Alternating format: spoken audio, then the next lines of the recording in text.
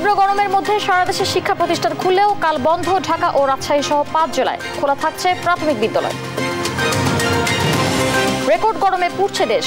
আরো 3 দিনের hit alert. Habiganj ও মৌলভীবাজারে কালবৈশাখীর তাণ্ডব। ফসলে ক্ষতির সংখ্যা।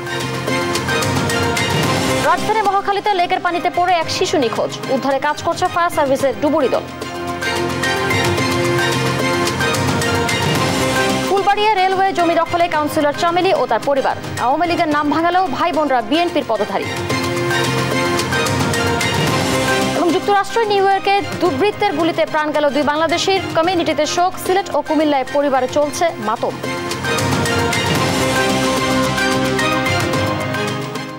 আমন্ত্রণ সংবাদ রাতে দেখছিলেন সংবাদ শিরোনাম, সঙ্গে আছে আমি করবি তৃষা। তীব্র দাবদাহের মধ্যে রোববার শিক্ষা প্রতিষ্ঠান খুললেও কাল ঢাকা, চুয়াডাঙ্গা, যশোর, খুলনা ও রাজশাহী জেলার শিক্ষা প্রতিষ্ঠান বন্ধ ঘোষণা করেছে সরকার।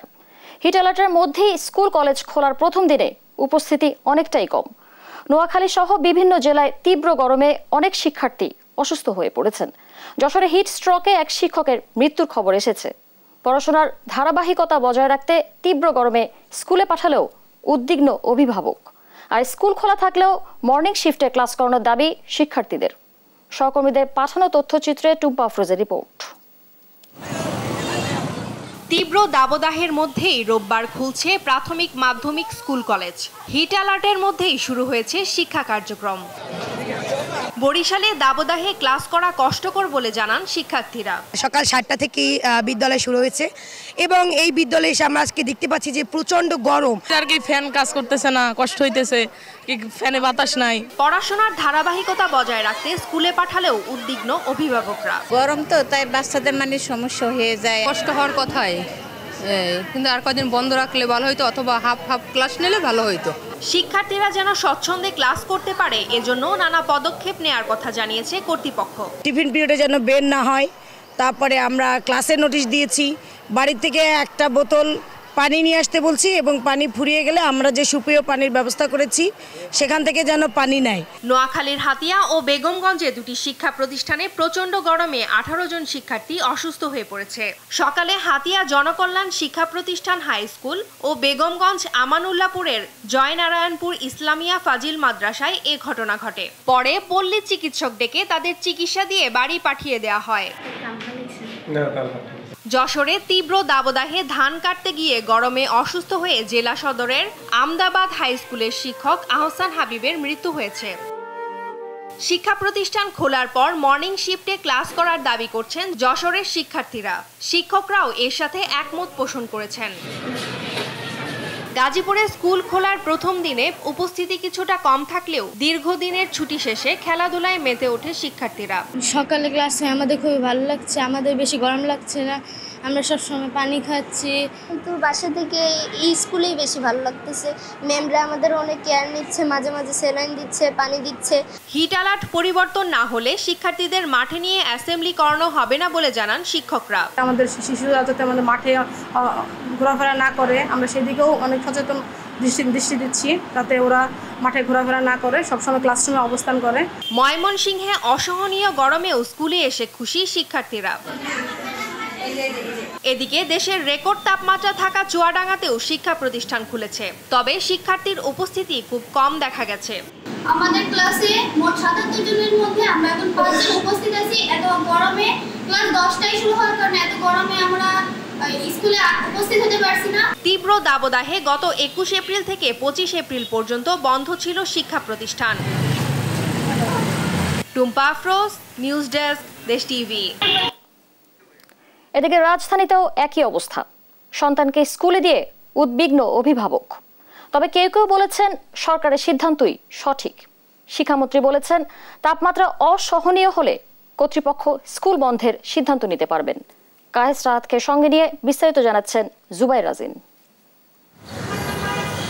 পবিত্র রমজান ও ঈদের ছুটি শেষ না হতেই প্রচণ্ড দাবদাহের কারণে 1 সপ্তাহ ছুটি দেওয়া হয় শিক্ষা প্রতিষ্ঠানগুলো। চলমান তাপ প্রবাহের মধ্যে রোববার থেকে খুলেছে প্রাথমিক, মাধ্যমিক ও উচ্চ মাধ্যমিক শিক্ষা প্রতিষ্ঠানগুলো। রাজধানীর বেইলি রোডে বিকারুন্নেসা স্কুলে ভোর থেকেই ক্লাসে আসতে থাকেন শিক্ষার্থীরা। দীর্ঘদিন পর ক্লাসে ফিরে খুশি তারা। আমরা এখন যেহেতু স্কুল অফ করলো, ক্লাসের ক্ষতি হবে, পড়াশোনার ক্ষতি হবে, তো এটার জন্য আসলে বিশেষ ব্যবস্থা নেওয়া দরকার যে কীভাবে করলে ভালো হয়। কলেজ বন্ধ থাকলে তো পড়াশোনার ক্ষতি একটু হতোই। এখন সরকার থেকে প্রজ্ঞাপন দিয়েছে, দেখলাম যে শনিবার দিন আমাদের ক্লাস শুরু করছে। তো সেটা যদি বেশ কয়েকদিন চালু থাকে তাহলে মনে হয় পড়াশোনার ক্ষতিটা একটু কমিয়ে আনা সম্ভব। একই চিত্র ঢাকার Motijheel ideal school and college এবং নটরডেম কলেজেও। মন্ত্রণালয়ের নির্দেশনা মেনে শিক্ষার্থীরা সঙ্গে এনেছে পানির বোতলও। তাপমাত্রার কারণে অনেক পড়াশোনার অসুবিধা হচ্ছে এবং শারীরিকভাবেও নিজেদের অসুস্থ মনে হয়, অনেক অসুস্থ হচ্ছে অনেকে হয়তো বা। এটা আসলে মানসিকভাবে একটা ক্ষতিকর স্বাস্থ্যের জন্য। অনলাইন প্ল্যাটফর্মের মাধ্যমে যদি আমাদের ক্লাসটা নেওয়া হতো তাহলে প্রতিকূল পরিবেশে আমরা সিলেবাসটাও শেষ হতো, তো আমাদের পড়ালেখার স্টাডির ধারাবাহিকতাও বজায় থাকতো। গরমে মতিঝিল আইডিয়ালে কয়েকজন শিক্ষার্থী অসুস্থ হয়ে পড়েন। তাপ প্রবাহের মধ্যে শিক্ষার্থীদের সুস্থতা নিয়ে উদ্বিগ্ন অভিভাবকরা। পড়াশোনার ক্ষতি, কিন্তু জীবনের চেয়ে তো পড়াশোনার ক্ষতি কিছু। ছুটি দিলে মনে হয় ভালো হতো, বাচ্চাদের যে অবস্থা, তো বের হলে একজন অসুস্থ হয়ে যায়। লেখাপড়ার ক্ষতি হচ্ছিল এটা আমরা বুঝতেছি, আরও এক সপ্তাহে এক্সট্রাগুলো সম্ভবত ভালো হতো আর কি, বাচ্চাদের জন্য সুবিধা হতো, গার্ডিয়ানদের জন্য। রাজধানীতে এক অনুষ্ঠান শেষে শিক্ষামন্ত্রী জানান, কোনো জেলায় তাপমাত্রা অসহনীয় পর্যায়ে বেড়ে গেলে স্থানীয় বিদ্যালয়গুলো নিজস্ব পদ্ধতিতে সিদ্ধান্ত নিতে পারবে। এলাকা ভিত্তিক জেলা পর্যায়ে যদি 42 ডিগ্রি তাপ সেলসিয়াসের উপরে যদি সেখানে যায়, সেখানে জেলা প্রাথমিক শিক্ষা অফিসার আছে, জেলা মাধ্যমিক শিক্ষা অফিসার আছেন, তারা আঞ্চলিক পর্যায়ে আলোচনা করে সেই জায়গার প্রতিষ্ঠানগুলোকে সেটা বন্ধ রাখতে পারেন এবং সময়সীমাটাও পরিবর্তন করতে পারেন, এটা অঞ্চল ভেদে হোক। তবে রাতে শিক্ষা মন্ত্রণালয় জানায়, চলমান তাপদাহের কারণে ঢাকা, চুয়াডাঙ্গা, যশোর, খুলনা ও রাজশাহী জেলার সব মাধ্যমিক স্কুল, কলেজ, মাদ্রাসা ও কারিগরি শিক্ষা প্রতিষ্ঠান সোমবার বন্ধ থাকবে। তবে সকালে ক্লাস হওয়ায় প্রাথমিক বিদ্যালয় খোলাই থাকছে। মর্নিং করে দিয়েছি, তারপর প্রাক প্রাথমিক বন্ধ করে দিয়েছি, যে কারণে আমাদের আর নতুন কোনো সিদ্ধান্ত নেই। আমাদের প্রচণ্ড দাবদাহ চলমান থাকায় কিছু সতর্কতামূলক ব্যবস্থা নিয়েছে শিক্ষা বিভাগ। আপাতত বন্ধ থাকছে অ্যাসেম্বলি, কমেছে স্কুলের সময়ও। জুবায়ের রাজিন, দেশ টিভি, ঢাকা। এপ্রিলের টানা তাপপ্রবাহে অতিষ্ঠ জনজীবন। গরমের তীব্রতায় পরিস্থিতি হয়ে উঠেছে অসহনীয়। জনগণকে সতর্ক করতে সারা দেশে চতুর্থবারের মতো জারি করা হয়েছে হিট অ্যালার্ট। আবহাওয়া বার্তায় এখনই নেই কোনো সুখবর। চলমান দাবদাহ থাকবে আরও কয়েকদিন। ফজলে আদিত্যের রিপোর্ট। সারা দেশে চতুর্থবারের মতো জারি হয়েছে হিট অ্যালার্ট। কড়া রোদ, উষ্ণ বাতাস আর তীব্র দাবদাহে বিপর্যস্ত হয়ে পড়েছে রাজধানী সহ সারা দেশের জনজীবন। এই তীব্র গরমে জীবিকার তাগিদে ঘরের বাইরে বের হয়ে বিপাকে পড়ছে সাধারণ মানুষ। অসহনীয় গরম, মানে গা পুড়ে যাচ্ছে আর কি, মানে শরীরের ভেতরে মানে রোদটা আর কি সহ্য হয় না। কষ্ট হচ্ছে যাওয়া আসায়, কিন্তু বাট পড়াশোনাটাও দরকার। গরম তো থাকবেই, তো গরমের মধ্যে তো পড়াশোনাও করতে হবে। আমার আজকে বের হয়ে মনে হয়েছে যে আসলে ওদের স্কুলে পাঠানোটা ঠিক হবে না, কারণ আমি নিজেই অসুস্থ হয়ে যাচ্ছি। তীব্র রোদ ও দাবদাহ উপেক্ষা করে সাধারণ মানুষের সেবা নিশ্চিতে প্রচেষ্টার কমতি নেই ট্রাফিক পুলিশ থেকে শুরু করে বিভিন্ন সেবা সংস্থার। গরমের মধ্যে যারা একদম অসুস্থ হয়ে আছে তারা আমাদের বিশ্রামাগারে বিশ্রাম করতে পারবেন এবং সাথে সাথে আমরা পানি দিয়ে থাকি তাদেরকে। আমি এখানে অনেক আরাম পাইছি, বসে 5 মিনিট বসছি, আমাকে পানি দিয়ে আপ্যায়ন করছে, আমি অত্যন্ত খুশি হয়েছি। বর্তমান যে তাপমাত্রা, যে তাপদাহর যে অবস্থা, আসলে ডিউটি করা সত্যিকার অর্থে এটা খুব প্রতিকূল অবস্থা আমাদের জন্য। এদিকে আবহাওয়া অধিদপ্তর বলছে চলমান দাবদাহ থাকবে আরও বেশ কিছুদিন, তবে মে মাসের শুরুতে বৃষ্টিপাত হওয়ার সম্ভাবনা রয়েছে। এখন পর্যন্ত আমাদের দেশে যে সর্বোচ্চ তাপমাত্রা পেয়েছি এটা 42.7 ডিগ্রি। গত 26 এবং 27 তারিখে এটা চুয়াডাঙ্গা, যেহেতু কাছাকাছি, মানে 8.3 ডিগ্রি, এটা হতে পারে 43-এর কাছাকাছি যেতে পারে। তার এখনই তো 43-এর কাছাকাছি, 42.7 এটা ক্রস করতে পারে, মানে করবে এটা বলা যায়, তবে করার সম্ভাবনা আছে।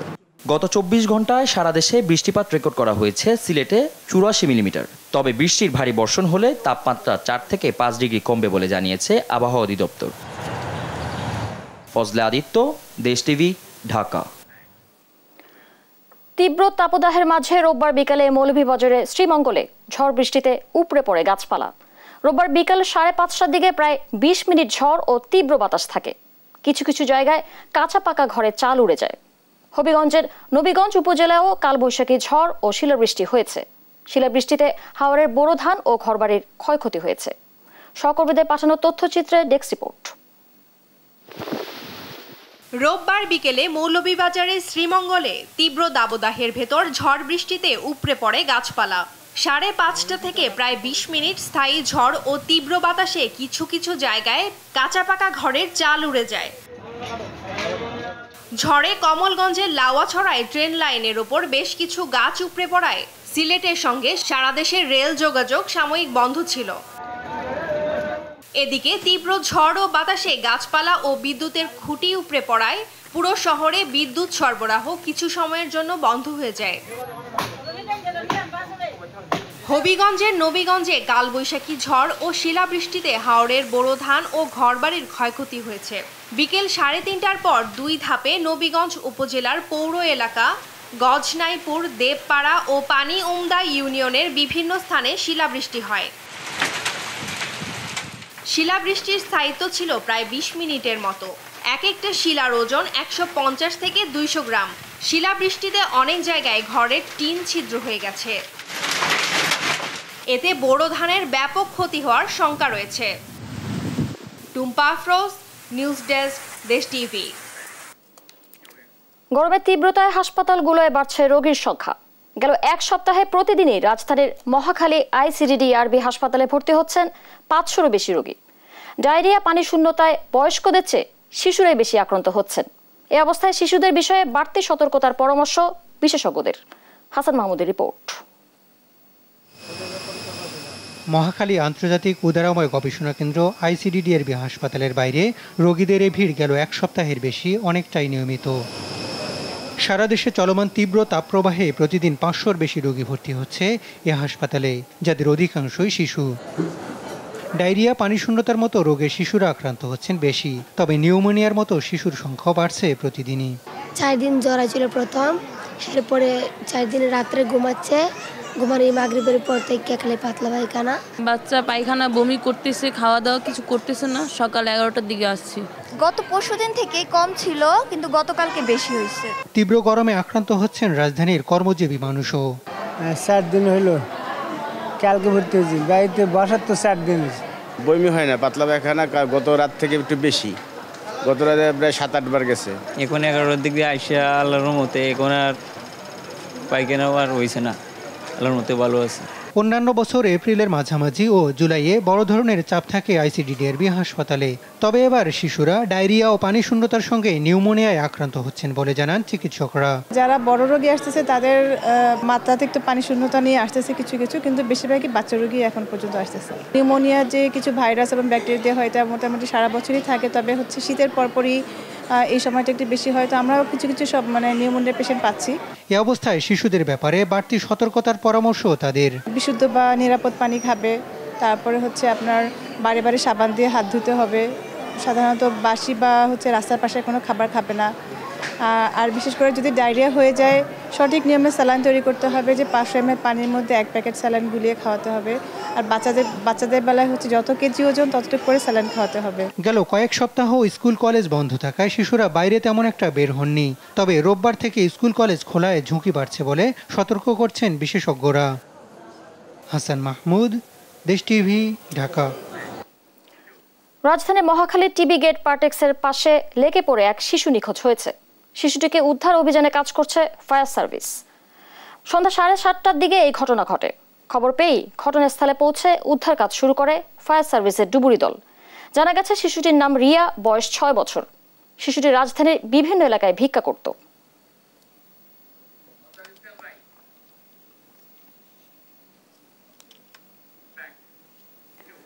এ বিষয়ে বিস্তারিত জানাতে সরাসরি যুক্ত হচ্ছেন সহকর্মী মাজারুল ইসলাম। মাজার, আপনার সঙ্গে আমরা আবারও যুক্ত হয়েছি। উদ্ধার কাজের সবশেষ পরিস্থিতি আমাদেরকে জানাবেন। আপনাকে ধন্যবাদ। আপনি যেমনটা বলছিলেন যে আজকে সন্ধ্যা 7টার দিকে বা 7:30টার দিকে রাজধানীর টিবি গেট এলাকায় মূলত রিয়া নামক 8 বছরের বাচ্চাটি লেক পাড়ে পড়ে যায়। এরপর থেকে তার সাথের যে মেয়েটি ছিল তাকে মূলত আশেপাশের 2জন ব্যক্তিকে ইনফর্ম করে, পরে তারা এসে খোঁজাখুঁজি করে যখন না পাচ্ছিল তখন তারা ফায়ার সার্ভিসকে জানায়। ফায়ার সার্ভিসের 2টি ইউনিট 1 ঘন্টা পরে তারা এসে তাদের উদ্ধার কার্যক্রম শুরু করে। এরপরে ফায়ার সার্ভিসের 2টি ডুবুরি দল এখানে কাজ শুরু করে। দীর্ঘ 3 ঘন্টা চেষ্টার পর অর্থাৎ রাত 11টার দিকে ফায়ার সার্ভিস তার কাজ ইতিমধ্যেই সমাপ্ত ঘোষণা করেছে। তা সমাপ্ত ঘোষণার কারণ হিসাবে তারা যেটি বলেছে, আলো স্বল্পতার কারণে মূলত তারা এখানে কাজ করতে পারছেন না, আর পানিটা যথেষ্ট নোংরা। এবং যারা ডুবুরি দল ছিল তারা এখানে কাজ করতে এসে মূলত তারাও বিভিন্ন ধরনের আবর্জনা থাকার কারণে তাদের হাতে আঘাত লেগেছে, যার ফলে তারা আপাতত রাতের জন্য কাজটি সমাপ্তি ঘোষণা করেছে। আগামীকাল সকাল থেকে আবার তারা কাজ শুরু করবেন, কিন্তু তারা এখনই বাচ্চাটির কোনো খোঁজ পায়নি। বাচ্চাটির সাথে যে মেয়েটি ছিল ফাতেমা নামক 12 বছরের যে মেয়েটি, তাকে কিন্তু ইতিমধ্যে থানা হেফাজতে নেওয়া হয়েছে। ফায়ার সার্ভিস বা ডুবুরির দল চলে যাওয়ার পর কিন্তু স্থানীয়দের প্রচেষ্টায় আবার কিন্তু 2 থেকে 3 জন ছেলে তারা আবার মেয়েটিকে খোঁজার জন্য চেষ্টা করেছেন। এবং স্থানীয়রা ফায়ার সার্ভিস যখন কাজটি অসমাপ্ত রেখে চলে যায় তখন তাদের মধ্যে এক ধরনের ক্ষোভ সৃষ্টি হয় যে বাচ্চাটিকে না পেয়েই মূলত তারা কোনো কারণ ছাড়াই এভাবে কাজ সমাপ্তি করা, তারা সেটাকে ভালোভাবে নিচ্ছেন না। তারা চাইলে আরও কিছুক্ষণ সেটি দেখে তারা হয়তো বা বাচ্চাটিকে শেষ পর্যন্ত খুঁজে পাইতে পারতো। আপনি দেখছেন এখনো অনেক মানুষ এখানে ভিড় করছেন, আসলে ঘটনাটা জানার চেষ্টা করছেন। ঘটনাটা সন্ধ্যা 7টা হওয়ার কারণে কিন্তু অনেক রাত হয়ে গেছে, ইতিমধ্যে 12টা বেজে গেছে, যার ফলে মানুষ কিন্তু আস্তে আস্তে কমে যাচ্ছে। আমরা ফায়ার সার্ভিসের এখানে যে দায়িত্বপ্রাপ্ত কর্মকর্তা ছিল তার সাথে কথা বলেছিলাম, তিনি যেটা বলেছেন যে তারা শেষ পর্যন্ত চেষ্টা করবেন, কিন্তু আলো স্বল্পতার কারণে আজকের মতো তারা উদ্ধার কার্যক্রম সমাপ্তি ঘোষণা করেছেন। কালকে সকাল থেকে আবার তারা কাজ করবেন এবং তারা যেটি বলেছেন যতক্ষণ না পর্যন্ত বাচ্চাটিকে খুঁজে পাওয়া না যাবে ততক্ষণ পর্যন্ত তারা আবার আগামীকাল সকাল থেকে তারা কাজটি চালিয়ে যাবেন এবং তারা শেষ পর্যন্ত চেষ্টা করবেন বাচ্চাটিকে খুঁজে পাওয়ার জন্য। আপনাকে আরেকটি জিনিস জানিয়ে রাখি যে বাচ্চাটির কিন্তু অভিভাবক খুঁজে পাওয়া যায়নি, তার মা বাবা বা আত্মীয় স্বজন কিন্তু কাউকে খুঁজে পাওয়া যায়নি, যার ফলে তার সম্পর্কে খুব বেশি কিছু জানাও যাচ্ছে না। ইতিমধ্যেই রিয়ার সাথে যে মেয়েটি ছিল তাকে কিন্তু থানা হেফাজতে নেওয়া হয়েছে। হয়তো বা ফায়ার সার্ভিস যখন আনুষ্ঠানিকভাবে তারা তাদের কার্যক্রম ঘোষণা করবে, সমাপ্তি ঘোষণা করবে এবং এটা নিয়ে বিবৃতিতে ব্রিফ করবে, তখন হয়তো বা আরও একটু কিছু জানা যাবে। এখন পর্যন্ত মূলত বাচ্চাটিকে খুঁজে পাওয়া যায় না। ইতিমধ্যে ফায়ার সার্ভিস তাদের কার্যক্রম সমাপ্তি ঘোষণা করেছে। এই ছিল রাজধানীর টিবি গেট এলাকা থেকে লেক পাড়ে পড়ে যাওয়া বাচ্চাটি সম্পর্কে আমার কাছে তথ্য, সর্বশেষ তথ্য। তিশা, মাজার আপনাকে ধন্যবাদ। বাংলাদেশের উন্নয়ন পাকিস্তানের চোখে পড়লেও বিএনপি দেখতে পায় না, এতে তাদের লজ্জা পাওয়া উচিত, এমন মন্তব্য করেছেন আওয়ামী লীগ সাধারণ সম্পাদক ওবায়দুল কাদের। বলেন শেখ হাসিনার নেতৃত্বে দেশ থেকে গুম খুনের রাজনীতি দূর হয়েছে। ইফতেখার রেজা রিপোর্ট। সেনাবাহিনীর সাবেক চৌকস অফিসার মুক্তিযোদ্ধা লেফটেন্যান্ট শেখ জামালের ৭১তম জন্মদিন দিবসটি উপলক্ষে রাজধানীর বনানী কবরস্থানে প্রথমে প্রধানমন্ত্রীর পক্ষ থেকে শ্রদ্ধা জানান আওয়ামী লীগ সাধারণ সম্পাদক ওবায়দুল কাদের। পরে দলীয় নেতাকর্মীদের নিয়ে আবারও শ্রদ্ধা জানান তিনি। শ্রদ্ধা নিবেদন শেষে গণমাধ্যমের মুখোমুখি হয়ে শেখ জামালকে নিয়ে স্মৃতিচারণ করেন আওয়ামী লীগ সাধারণ সম্পাদক। 15ই আগস্টের আসল কুশীলবদের লক্ষ্যই ছিল একটি পরিবারকে নিশ্চিহ্ন করে দেওয়া। জিয়া ও মোস্তাক এই হত্যাকাণ্ডের মধ্য দিয়ে দেশে হত্যা ও গুমের রাজনীতির সূত্রপাত করেছে। জিয়াউর রহমান, খন্দকার, মোস্তাকরা খুনিদেরকে দুঃসাহস দিয়ে মানব সভ্যতার ইতিহাসের নৃশংসতম হত্যাকাণ্ড সংগঠিত করেছিল। বস্তুতপক্ষে এই ঘটনার মধ্য দিয়ে বাংলাদেশে হত্যা, কু, ষড়যন্ত্রের রাজনীতি সূচনা হয়। দ্বাদশ জাতীয় সংসদ নির্বাচন নিয়ে গণমাধ্যমের করা এক প্রশ্নের জবাবে ওবায়দুল কাদের বলেন, জাতীয় নির্বাচনে কোনো বিদেশি চাপ অনুভব করেনি সরকার। জাতীয় পার্টি কেন নির্বাচনে অংশগ্রহণ করেছে তা তারাই বলতে পারবে। তাদের জন্ম তো বন্দুকের নল থেকে, তারা গণতন্ত্রের মধ্য দিয়ে আসেন। বাংলাদেশে 42% লোক ভোট দিয়েছে। ভোটের দিন খুন খারাপি কোনো কিছুই হয়নি, ফ্রি অ্যান্ড ফেয়ার ইলেকশন হয়েছে। এখানে কোনো বিদেশি শক্তির চাপ ছিল, আমরা কোনো চাপ অনুভব করিনি। তিনি কোন কারণে কার চাপে ইলেকশনে এসেছেন সেটা তাকেই পরিষ্কার করে বলতে হবে। পরে শেখ জামালের কবরে শ্রদ্ধা জানায় যুবলীগ, ছাত্রলীগ, স্বেচ্ছাসেবক লীগ, মহিলা আওয়ামী লীগ সহ দলের অন্যান্য নেতৃবৃন্দরা।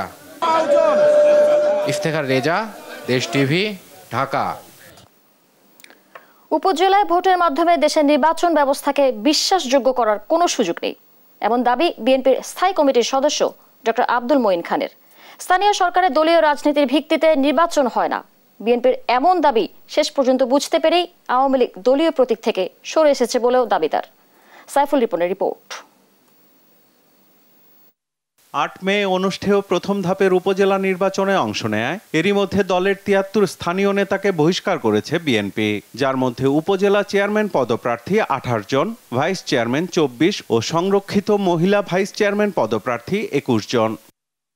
দলটির নেতাদের দাবি, স্থানীয় নেতৃত্বের সাথে আলোচনা করেই উপজেলা নির্বাচনে অংশ না নেওয়ার সিদ্ধান্ত নিয়েছে বিএনপি। উপজেলা নির্বাচন শুরুর পূর্বেই আমাদের একেবারে শীর্ষ নেতৃত্ব সারা দেশে এবং ইউনিয়ন, থানা, জেলা লেভেলের নেতৃবৃন্দের সঙ্গে কথা বলেছে। আসলে যারা লোকাল গভর্নমেন্টের নির্বাচনে অংশগ্রহণ করে থাকে সেসব জায়গা থেকে একেবারেই স্পষ্ট সবাই একই সুরে বলেছে এই সরকারের অধীনে কোনো নির্বাচন নয়, এবং তার উপরে ভিত্তি করেই আমাদের সর্বোচ্চ আমাদের জাতীয় স্থায়ী কমিটির সভায় সিদ্ধান্ত মোতাবেক বলা হয়েছে যে কোনোভাবেই আমরা স্থানীয় সরকার নির্বাচনে অংশগ্রহণ করতেছি না। দলের স্থায়ী কমিটির সদস্য ডক্টর আব্দুল মঈন খান বলছেন, স্থানীয় সরকার নির্বাচনে যে দলীয় রাজনীতি হয় না তা শেষ পর্যন্ত বুঝতে পেরেছে আওয়ামী লীগ। আজকে সরকার বুঝতে পেরেছে যে স্থানীয় সরকার আসলে দলীয় ভিত্তিতে সেই রাজনীতিটা হয় না।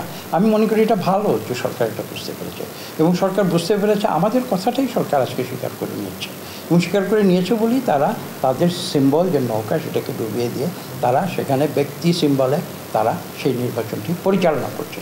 উপজেলা নির্বাচনে বিএনপি অংশ না নিলেও এই নির্বাচনে সরকার তার প্রশাসনিক শক্তি ব্যবহার করবে শঙ্কা বিএনপির এই নেতার। যা কিছু সরকারের অথরিটি রয়েছে সব কিছু তাদের পক্ষে কাজ করবে, তাদের পছন্দসই ক্যান্ডিডেটগুলোকে তারা পার করে নিয়ে আসবে, এবং সেখানে বাংলাদেশের জনগণের কোনো ভোটের অধিকার উপজেলা নির্বাচনের মাধ্যমে প্রতিফলিত হবার কোনো সুযোগ নেই। নীতিগত সিদ্ধান্ত অনুযায়ী দলীয়ভাবে নির্বাচনে অংশগ্রহণ না করার সিদ্ধান্তের পর কে নির্বাচনে অংশ নিল বা না নিল তা ভাববার বিষয় নয় বলেও মত জানান বিএনপির এই নীতি নির্ধারক। ব্যক্তিগতভাবে মনে করছি না যে এটা আমাদের বিবেচনার বিষয়।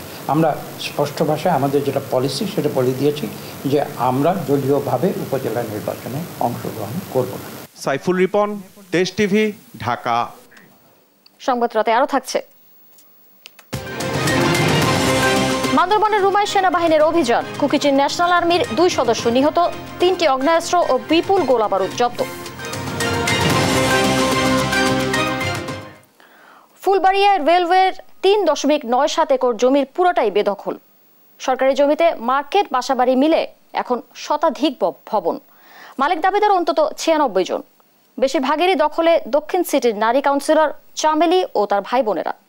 নিজে ক্ষমতাসীন দলের রাজনীতি করলেও চামেলির স্বামী, ভাই ও বোন সরাসরি বিএনপির পদধারী নেতা। শাহাদাত দিশাদের রিপোর্ট, ক্যামেরায় ছিলেন মতিউর রহমান জনি।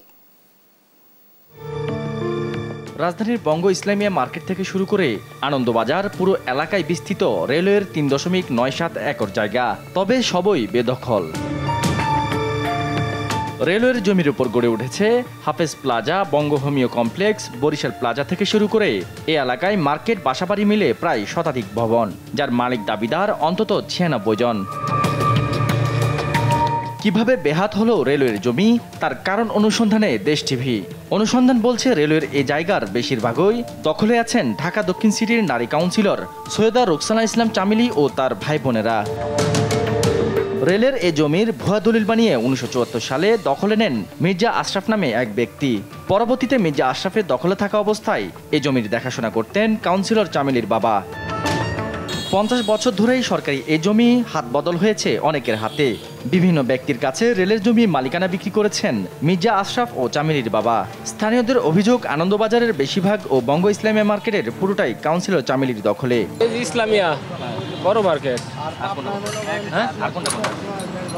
তার পাশে আছে হলো আপনার হোমিও,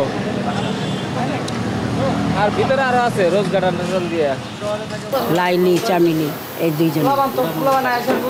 হ্যাঁ, ও লাইলি কোর্টের চাকরি করে। সরকারি জায়গা, এগুলি তো সব সরকার জায়গা, যে কোনো একদিন এটা যাইবো গা। ব্যক্তি ও দখলদার প্রতিষ্ঠান যতই প্রভাবশালী হোক, পর্যায়ক্রমে উচ্ছেদ অভিযানের আশ্বাস দিলেন রেলওয়ে মন্ত্রণালয়ের মহাপরিচালক। বাংলাটা নিয়মিত এটাকে যাতে কার্যক্রম আমাদের পক্ষ থেকে যেন কোনো ঘাটতি না থাকে সেই জন্য আমাদের আমাদের উকিল নিয়োগ করা আছে, আমাদের ল অফিসার আছে, মামলা হাজিরা দেওয়া, আমাদের কাগজপত্র সাবমিট করা। আমাদের উচ্ছেদ আপনি দেখেন না, BIWTA, তারপরে অন্যান্য সিটি কর্পোরেশন তারা যে উচ্ছেদ করতে গিয়ে বিল্ডিং ভেঙে দেবে। অবৈধ উচ্ছেদ আমরা প্রোগ্রাম দিই, যখনই যেখানে অবৈধ উচ্ছেদ করার মতো থাকে তখনই আমরা প্রোগ্রাম দিই। নিজে ক্ষমতাসীন দলের রাজনীতি করলেও চামেলির স্বামী, ভাই এবং বোন সরাসরি বিএনপির পদধারী নেতা। দখল বাণিজ্য ছাড়াও চামেলির বিরুদ্ধে দলীয় ভাবমূর্তি ক্ষুণ্ণের অভিযোগে চামেলিকে দল থেকে সাময়িক বহিষ্কার করেছে ঢাকা মহানগর দক্ষিণ আওয়ামী লীগ। অভিযোগ রয়েছে স্থানীয় মাদক সিন্ডিকেটের সঙ্গেও সখ্যতা রয়েছে কাউন্সিলর চামেলির। এ বিষয়ে অভিযুক্ত চামেলির সঙ্গে বেশ কয়েকবার যোগাযোগের চেষ্টা করা হলেও সাড়া মেলেনি।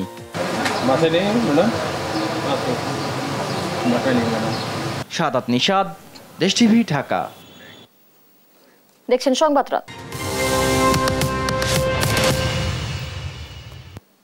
সংবাদরাত। এবার অন্য প্রসঙ্গ। সংবাদ সম্মেলন ডাকা হয়েছিল ফরিদপুরের মধুখালীতে ঘটে যাওয়া সাম্প্রতিক হত্যাকাণ্ডের বিষয়ে। সচিবালয়ে ব্রিফিং করেন স্থানীয় এমপি ও প্রাণী সম্পদ মন্ত্রী আব্দুর রহমান। তবে তিনি সংবাদ সম্মেলনে হত্যাকাণ্ড ইস্যু এড়িয়ে গিয়ে তুলে ধরলেন কোরবানিতে গরুর যোগানের বিষয়। জানান, আসছে ঈদুল আজহায় সারা দেশে 1,30,00,000 গবাদি পশুর যোগান রয়েছে। পরে প্রশ্নের জবাবে মন্ত্রী জানান, মধুখালীর ঘটনায় মামলা হয়েছে। আরো জানাচ্ছেন জয় যাদব। মন্দিরে আগুনের ঘটনায় সম্প্রতি ফরিদপুরের মধুখালী উপজেলায় 2 নির্মাণ শ্রমিককে পিটিয়ে হত্যা করে এলাকাবাসী। এই ঘটনা নিয়ে এলাকায় দেখা দেয় উত্তেজনা, আতঙ্ক এখনো কাটেনি। এই ঘটনার প্রেক্ষিতে রোববার দুপুরে সচিবালয়ে সংবাদ সম্মেলন ডেকেছিলেন ফরিদপুর 1-এর সংসদ সদস্য মৎস্য ও প্রাণী সম্পদ মন্ত্রী আব্দুর রহমান। কিন্তু সংবাদ সম্মেলনে উপস্থিত হয়ে বক্তব্যে সে প্রসঙ্গে না গিয়ে ঈদুল আজহা উপলক্ষে মন্ত্রণালয়ের প্রস্তুতি তুলে ধরেন তিনি। জানান, দেশীয় খামারিরা প্রয়োজনের তুলনায় বেশি গবাদি পশু প্রস্তুত রেখেছেন। মূল্য ক্রয় ক্ষমতার মধ্যেই থাকবে, ফলে প্রয়োজন হবে না আমদানির। গতবার আমাদের 1,25,00,000 গবাদি পশু বাজারে আমদানি ছিল, কিন্তু অবিকৃত ছিল 19 লাখ। সেই জায়গায় এবার সর্বমোট 1,30,00,000 অধিক ব্যবস্থা রাখা হয়েছে। কোনো কারণেই এই গবাদি পশু আমদানি করবার কোনো কারণ নেই, কোনো হেতু নাই। পরে সাংবাদিকদের এক প্রশ্নের জবাবে তিনি জানান, মধুখালীতে হত্যার ঘটনায় জড়িতদের বিরুদ্ধে 3টি মামলা হয়েছে। আসামিদের ধরতে অভিযানও চলছে। ইতিমধ্যেই তো 13 জনকে গ্রেপ্তার করা হয়েছে এবং 31 জন আসামি, তাদের বিরুদ্ধে ফৌজদারি মামলা হয়েছে, 3টি মামলা হয়েছে। এবং যারা এর সঙ্গে জড়িত তারা নিজেরা পলাতক, তাদেরকে খুঁজে বের করবার জন্যে যাবতীয়ভাবেই আইন শৃঙ্খলা বাহিনী তাদের চেষ্টা অব্যাহত রয়েছে। ধর্মীয় উৎসবকে সামনে রেখে কোনো সুবিধাবাদী আর মতলববাজ গোষ্ঠী যেন অপতৎপরতা চালাতে না পারে, সেজন্য সবাইকে সজাগ ও সতর্ক থাকার আহ্বান জানান মৎস্য ও প্রাণী সম্পদ মন্ত্রী। জয় যাদব, দেশ টিভি, ঢাকা। বান্দরবনের সেনাবাহিনীর সঙ্গে KN এর সংঘর্ষে সংগঠনটির 2 সদস্য নিহত হয়েছে। এ ঘটনায় 2 জনকে আটক করা হয়েছে। পুলিশ জানায়, রোববার সকালে রুমা-থানচি সীমান্তের বাকলাই এলাকায় 2টি মরদেহ পড়ে থাকতে দেখেন স্থানীয়রা। মরদেহ 2টি KN এর পোশাক পরা অবস্থায় তাদের সংগঠনটির সদস্য বলে ধারণা করা হচ্ছে। পরে ঘটনাস্থলে গিয়ে লাশের সুরত হাল করার পর বান্দরবন সদর হাসপাতালের মর্গে পাঠানো হয়। ঘটনাস্থলে সেনাবাহিনীর নেতৃত্বে যৌথ বাহিনী তল্লাশি চালায়। সেখান থেকে বেশ কিছু অস্ত্র, গুলি ও সন্ত্রাসীদের ব্যবহৃত সরঞ্জাম জব্দ করা হয়েছে।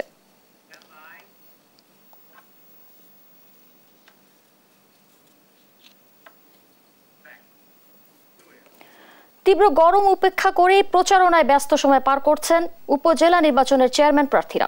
ভোটারের কাছে গিয়ে দিচ্ছেন উন্নয়নের প্রতিশ্রুতি। পছন্দের প্রতীক নিয়ে জয়ের ব্যাপারে আত্মবিশ্বাসী সবাই।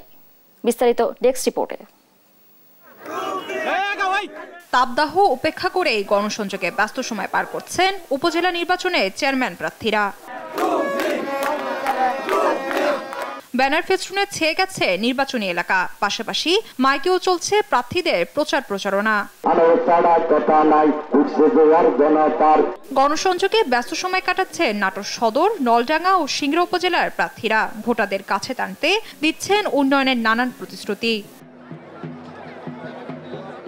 সিরাজগঞ্জে জমে উঠেছে প্রথম দফা নির্বাচনের প্রচারণা। রোববার সকালে বেলকুচি উপজেলার চারাবাজার এলাকায় গণসংযোগ করেন চেয়ারম্যান প্রার্থী বদিউজ্জামান ফকির।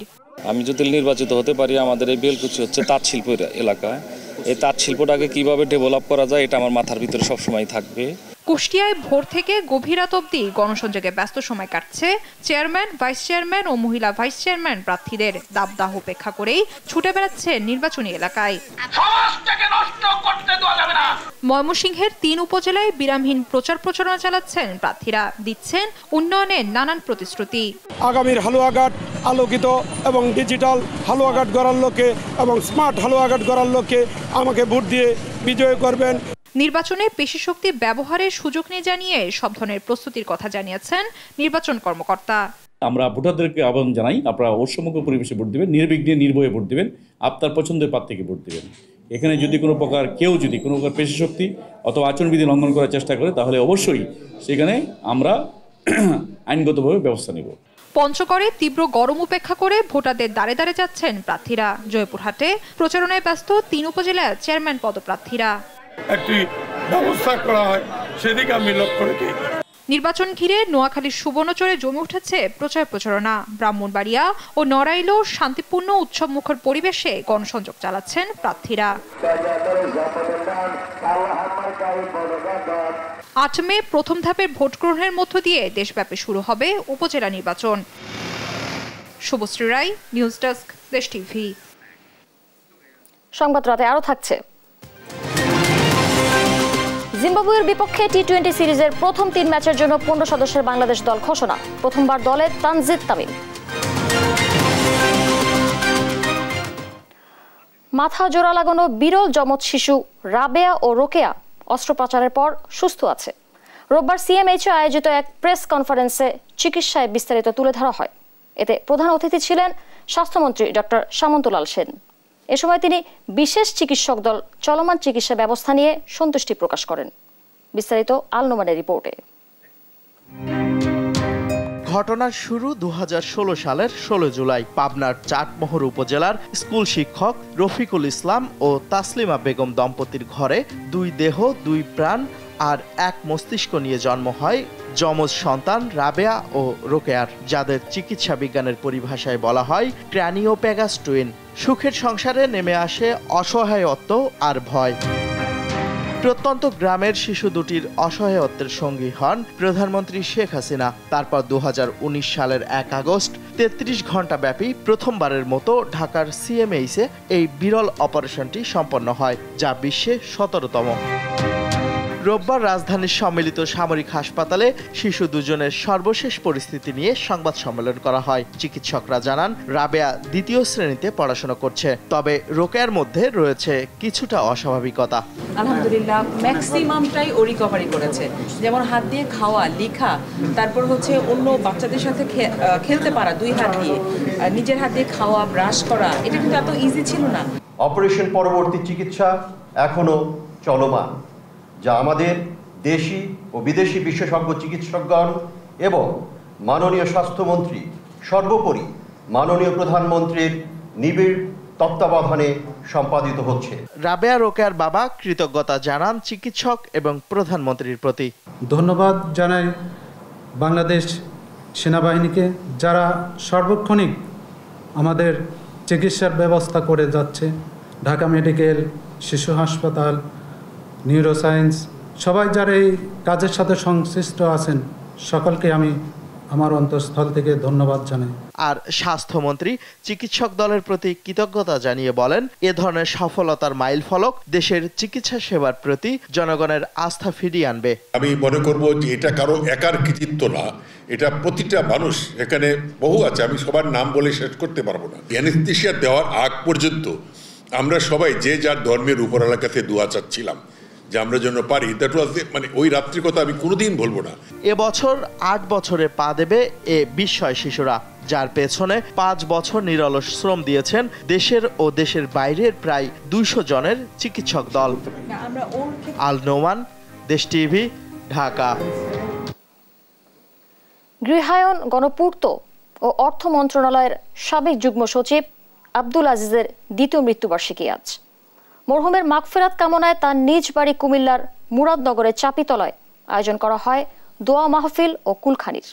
এতে অংশ নেন 39টি মসজিদ, মাদ্রাসা ও এতিমখানার শিশু, মুসল্লি ও স্থানীয়রা। কুমিল্লা থেকে সুমন কবিরের রিপোর্ট, জানাচ্ছেন শুভশ্রী রায়। গৃহায়ন ও গণপূর্ত এবং অর্থ মন্ত্রণালয়ের সাবেক যুগ্ম সচিব আব্দুল আজিজ তার দ্বিতীয় মৃত্যুবার্ষিকী উপলক্ষে কুমিল্লার মুরাদনগরে চাপিতলার নিজ বাড়িতে আয়োজন করা হয় মিলাদ মাহফিল কুলখানির। মরহুমের মাগফিরাত কামনায় কোরআন তেলাওয়াতের মাধ্যমে শুরু হয় কুলখানির আনুষ্ঠানিকতা। এতে অংশ নেন বিভিন্ন মাদ্রাসার 250 হাফেজ। বাদ জোহর মরহুম আব্দুল আজিজের কবরের পাশে মিলাদ মাহফিল ও মোনাজাতে দোয়া করেন মুরাদনগরের 39টি মসজিদ, মাদ্রাসা ও এতিমখানার শিশু, মুসল্লি ও স্থানীয় মানুষ। মরহুমের বর্ণাঢ্য জীবন, মানবিক গুণাবলী এবং সমাজসেবায় অনুকরণীয় দৃষ্টান্তের স্মরণ করেন কুলখানিতে আসা অতিথিরা। এতটা মানবিক, এতটা সুখময় এবং প্রশান্তির একটি বর্ণাঢ্য জীবন ছিল, যেটা তিনি আসলে এই এলাকার জন্য একটি ইতিহাস তৈরি করে দিয়েছেন। জয়েন্ট সেক্রেটারি বাংলাদেশ চাবিতলা ইউনিয়নের অনেক উন্নয়ন কাজ করেছেন, যে ইউনিয়নবাসী ওনার কাছে আজীবন কৃতজ্ঞ। একই সঙ্গে স্থানীয় মসজিদ, মাদ্রাসা ও শিক্ষা প্রতিষ্ঠানের উন্নয়নে তার সুযোগ্য সন্তান দেশ টিভির ব্যবস্থাপনা পরিচালক আরিফ হাসানের অবদানের কথাও তুলে ধরেন স্থানীয় মানুষ। ও ছিল মানবিক, সেও এরকম একজন দানবীর হইতেছে। আমরা দোয়া করি তার জন্য, যাতে যে আরো আগাইতে পারে, তার বাবার নাম দিয়ে রাখতে পারে। আজিজ সাহেবের ছেলে আরিফ সাহেব, ওনায় আমাদের চাবিতলা একটি বড় একটি মসজিদ করবে। আমরা শুনে সবাই খুশি, যাতে মসজিদের 1000 লোকের নামাজ হবে। আমরা চাবিতলা একটা গৌরব। পরে মধ্যাহ্নভোজে অংশ নেন বিভিন্ন ওয়ার্ডে 150 সহস্রাধিক মানুষ। নিউজ ডেস্ক, দেশ টিভি।